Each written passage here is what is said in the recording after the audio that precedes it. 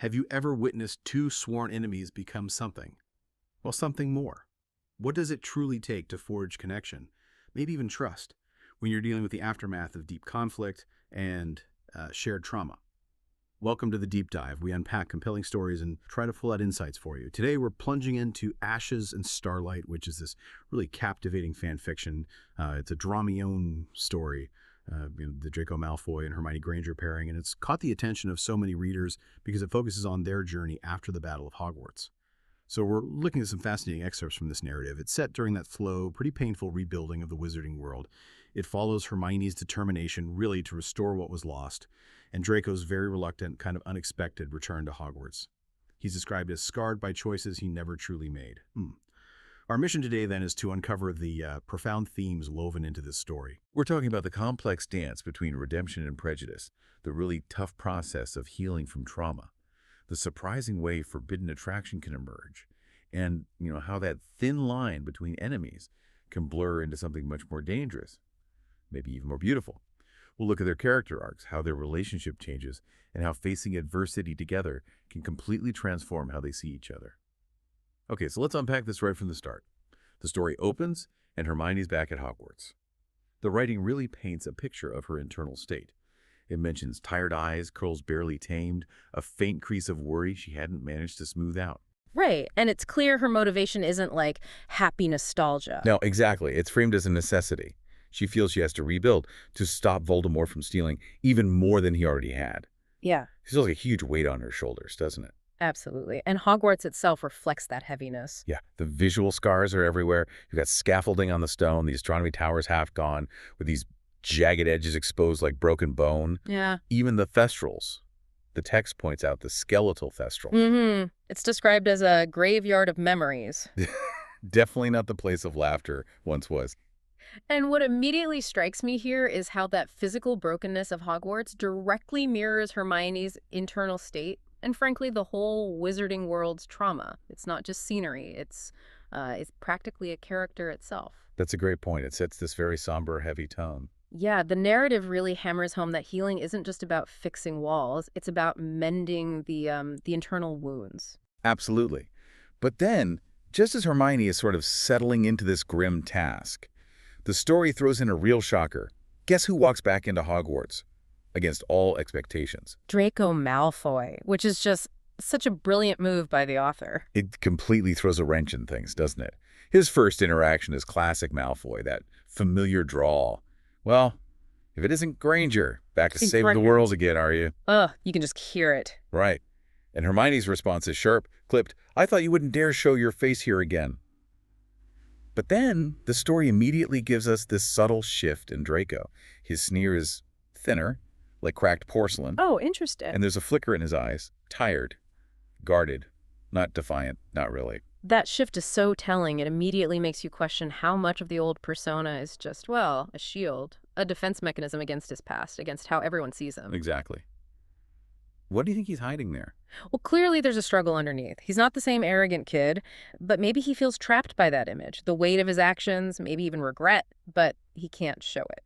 It's like the war shattered his mask, but he's trying to hold the pieces together. And of course, Hogwarts being Hogwarts, it forces people together.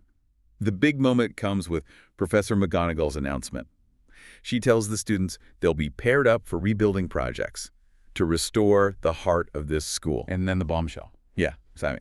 Granger, Hermione Malfoy, Draco, project, library reconstruction, and magical wards. Oh, wow. Their reactions, immediate, strong. Hermione just says, no, that must be a mistake. And Draco, he explodes. You can't be serious. You're pairing me with her. The bloody golden girl herself. You might as well chain me in the dungeons. Huh. Classic Draco outburst. And McGonagall just gives him this stern reminder about his conditional attendance.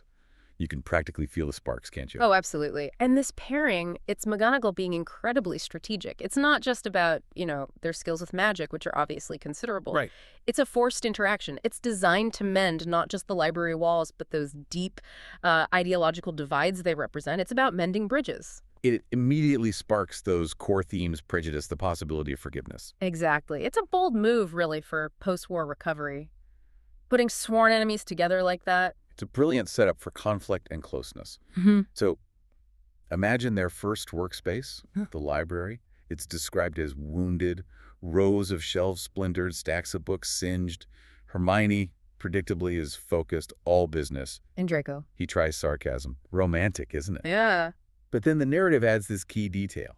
His eyes flick toward the charred spines with something softer. Ah, see? Those little cracks in the facade. It suggests maybe he does care about the loss about Hogwarts more than he lets on. Definitely.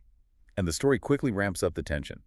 There's this dangerous incident while they're restoring wards. Wild magic flares up, described as jagged and violent. Okay. But here's where it gets interesting. Draco reacts instantly, sharp, commanding, Protego stabilitas. Hermione notices how surprisingly quick he is, thinking he was too practiced. Too practiced. That implies experience, maybe bad experience. Right, and his mask slips. She sees a trembling hand, his jaw clenched as if he were fighting something invisible. It's such a stark contrast to his usual composure. That kind of shared danger, it just strips away the pretense, doesn't it? It's a pressure test. It reveals this hidden competence, but also this vulnerability in Draco that Hermione hasn't seen. Yeah, us, the readers, too. Yeah. That too-practiced bit hints at past trauma, maybe dealing with dark magic during the war. It creates this raw, unexpected connection based on, like, survival instincts.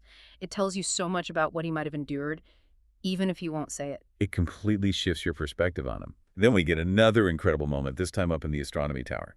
Draco, completely out of the blue, makes this raw confession. He asks Hermione, do you ever feel it? The weight, like the castle remembers everything, and it presses down on you until you can't breathe. Wow, for Draco Malfoy to say that. I know. And Hermione's quiet acknowledgement is just as powerful. It doesn't go away, but you learn to carry it. And then he concludes, looking at her, I think you feel it more than anyone. That exchange is huge. It's pure shared understanding of trauma. It cuts through all their history, all the animosity. It creates this fragile, unspoken connection based purely on that mutual experience. It feels like a real turning point. Absolutely. For Draco, who always kept everything locked down, showing that vulnerability is massive, and Hermione validating his pain, not dismissing it, that's something he probably rarely gets. It really deepens things between them. But the outside world intrudes, of course. There's a public confrontation. Some Gryffindors corner Draco in the main hall, and they ask Hermione, you're going to let him wander the halls like this? The prejudice is still so strong. But Hermione steps in. Her voice is firm. Back off. He doesn't need you policing him, and neither do I. And Draco's response, just a quiet, almost done thanks. That's crucial. Hermione's defense there isn't really about liking him yet, is it? It feels more like a principled stand against prejudice. She's challenging her own assumptions, maybe, but also the collective judgment. Yeah, it's about fairness. It shows her growing empathy, her willingness to see beyond the label. It's a statement about justice. Which then leads, almost naturally, to Draco's dangerous confession back in the library. Hermione finds him alone, hunched over a table stacked with dusty, forbidden tomes. Forbidden tomes. Okay, that's intriguing. He admits he's studying redemption. He says, I want to make up for the things I did, the dark mark. It doesn't just vanish, you know? And for anyone listening, the dark mark is that indelible symbol burned onto Voldemort's followers. A permanent reminder of his past. Exactly. And Hermione gently offers, you don't have to do this alone. I can help. But his response is so hesitant, full of self-doubt. I don't know if you can, or if I deserve it. Oh, that reveals so much. The depth of his guilt, the solitary, almost desperate quest for atonement. He's not looking for pity. He's actively, maybe even dangerously, trying to fix things internally. And Hermione's offer? It's huge. She crosses this invisible line. She's not just observing him anymore. She's actively investing in his healing, seeing the person struggling, not just the former enemy. And that bond, it keeps deepening, but it gets more complicated too. She finds him again, this time in the restricted section, surrounded by books with dark runes, warning charms, maybe even lingering curses. So he is studying dangerous magic for redemption. It seems so. She sees his raw fear or shame in the flickering light, and she repeats her offer, making it even more direct. You don't have to do this alone. You can trust people, at least me. Wow. Putting herself out there like that? And the silence that follows as he just considers it. The story says it creates this fragile space where two people could meet without pretense. That silence speaks volumes. It really underscores that healing is a process, right? Not instant. Overcoming that deep shame, that societal judgment. It's hard. Draco's hesitation, even with her direct offer, shows how tough it is to believe redemption is possible or to accept help. It takes courage on both sides. Then comes the sparks in the dark incident. It starts playfully. Draco challenges her to stabilize a shelf without your meddling. Uh-oh. Famous last words. Right. A magical surge throws them both to the floor, wands scattered. And as they both reach for their wands, their fingers brush. The contact is described as electric. Ah, the classic trope, but it works. Totally. Draco warns quietly, "Careful, we could get hurt." And Hermione just says, "I know." But then he makes the surprising decision. No. Finish it. Together. Okay, together. That's a big shift. This chaotic moment becomes like a crucible. The physical closeness, the shared danger, that spark, it solidifies a new kind of charge between them. It's not just sparring anymore. It's more complicated. Dangerous, even. Yeah. That together feels like him prioritizing this fragile connection over his usual instinct to push people away. But of course, this growing connection doesn't stay secret. Whispers start, "I think they're close." The story describes this tangible tension hanging over every corridor. Even Harry and Ron confront Hermione. Harry actually observes he's not just Malfoy anymore, is he? That's perceptive of Harry. And Hermione's hesitant admission says everything. He's complicated. And that external pressure is so realistic. The societal judgment, the difficulty of overcoming collective memory, it puts their bond under immense strain. It's not just an internal struggle anymore. Harry even warns her, people aren't ready to forgive him or you for this. Oof. That's harsh, but probably true. It highlights the consequences of defying expectations in that post-war climate. Not everyone is ready to move on, or let them move on. It's a heavy burden. They finally acknowledge the rumors, fittingly, back in the astronomy tower. Draco is surprisingly candid. He admits, "I care." Too much, apparently. Owning it. And Hermione realizes her own denial was just another kind of fracture. This all builds to what the story calls the breaking point. A former Death Eater actually attacks Hermione in deserted corridors. Oh no. But then Draco appears, immediately, shouting, "Granger, behind me!" And the narrative describes their teamwork, spells flashing in synchrony, each one protective of the other. Wow. So in a real crisis. They click seamlessly. That external threat becomes the ultimate test, doesn't it? All the years of hate, the teasing, the tension, it just falls away.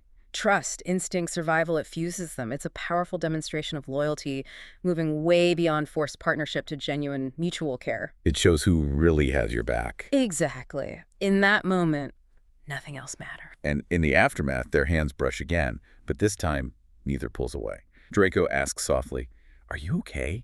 And Hermione's response is, "Well, it's everything. Not when I can rely on you." That's a huge admission for her. And then his promise. Yeah. Quiet but powerful. Together then. Always. Always. Yes. That's a massive word, especially for them. This is where shared survival, that proven loyalty under fire, forges something unbreakable. It transcends the past, the prejudice. Forbidden attraction becomes undeniable truth. It really hits you, the weight of that promise. The story culminates, fittingly, back in the astronomy tower. Draco shows his vulnerability again. I never thought I'd see the day when I could stand here and not feel like a shadow of everything I've done. He's acknowledging his growth, and Hermione reassures him. "You're not your past. You've proven that." Then comes the mutual confession. "I care about you."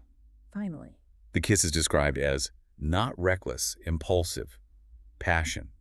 It was careful, slow, full of the unspoken promises of trust, understanding, and a second chance.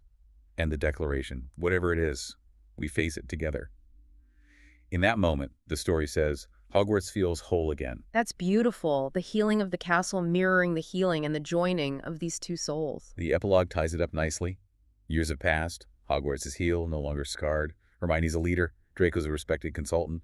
And they still meet at the astronomy tower. Their spot. Their enduring love comes through in this playful exchange. "You've changed," one says. "As you," the other replies. "But some things don't need changing, like us." It acknowledges the history, the teasing, the tension, but confirms the weight of the past had been lifted. What a journey. Their relationship becomes this powerful symbol, really. A testament that love and healing can grow from the ashes of conflict. Not just for them, but maybe for the whole wizarding world. Finding that starlight on stone. It's a message of profound hope, showing that even the deepest divides can eventually be bridged.